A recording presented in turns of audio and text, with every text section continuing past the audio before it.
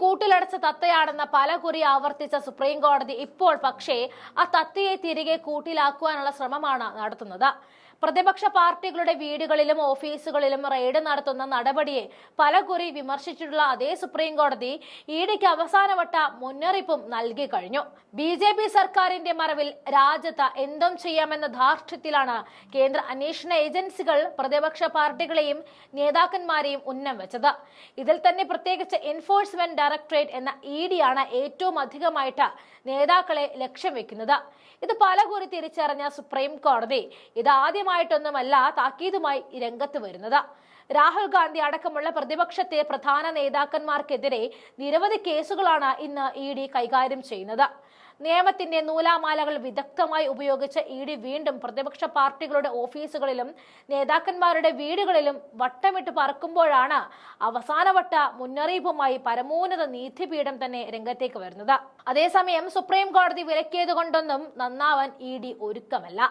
എന്നാൽ അനുസരണക്കേട് കാട്ടിയാൽ അത് പഠിപ്പിക്കും എന്ന നിലപാടിൽ ഉറച്ചു നിൽക്കുകയാണ് സുപ്രീം കോടതി. ആരോപിക്കപ്പെട്ട ഒരു അഴിമതിയിൽ അന്വേഷണം മാറ്റണമെന്നാവശ്യപ്പെട്ട ഏജൻസി ആർട്ടിക്കിൾ 32 പ്രകാരം ഹർജി സമർപ്പിച്ചതിനെ തുടർന്നാണ് ED ജനങ്ങളുടെ മൗലിക അവകാശങ്ങളെ കുറിച്ച് ചിന്തിക്കണമെന്ന താക്കീത് സുപ്രീം കോടതിക്ക് നൽകിയത്.